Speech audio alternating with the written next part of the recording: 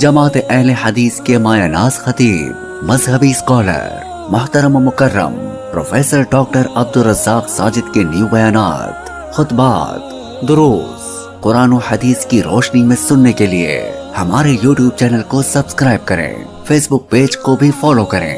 بارک اللہ فیکم۔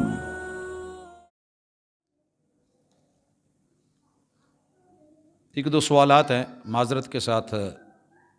جرابوں پر مسح کرنے کا صحیح طریقہ کیا ہے؟ جو لوگ کرنے کے قائل ہیں، جو نہیں قائل، ان کے نزدیک کوئی طریقہ نہیں ہے۔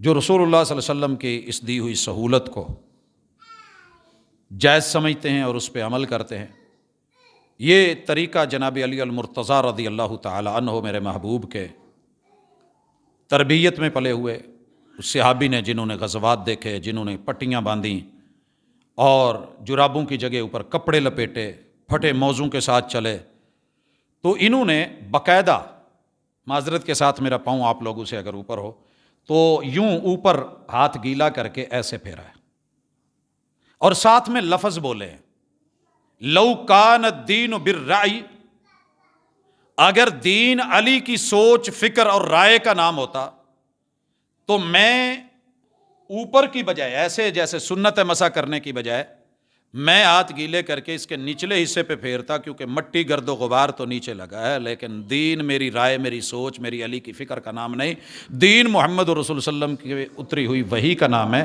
اس لیے یہ مسح اوپر کیا جائے گا۔ کتنی لمبی ہونی چاہیے؟ شریعت نے ایسی کوئی ماپ نہیں رکھی، یہ وہی ماپ ہے جو ہم مسواک میں رکھتے ہیں، ٹھیک ہے؟ جراب ہے، ٹخنوں سے اوپر ہے جراب ہے۔ آج کل ایک ٹخنوں سے نیچے والی جراب، وہ جوتے کے حکم میں ہے، وہ اور چیز ہے، وہ جراب نہیں ہے۔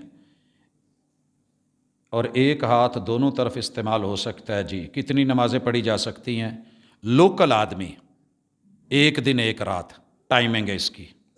وضو کر کے فجر کی نماز پہن لیں، وضو کر کے فجر کی نماز کے لیے پہن لیں، 24 گھنٹوں تلک آپ کا اسی وضو کے ساتھ آگے جو آپ نے جرابیں پہنی تھیں ان پہ مسح کیا جا سکتا ہے۔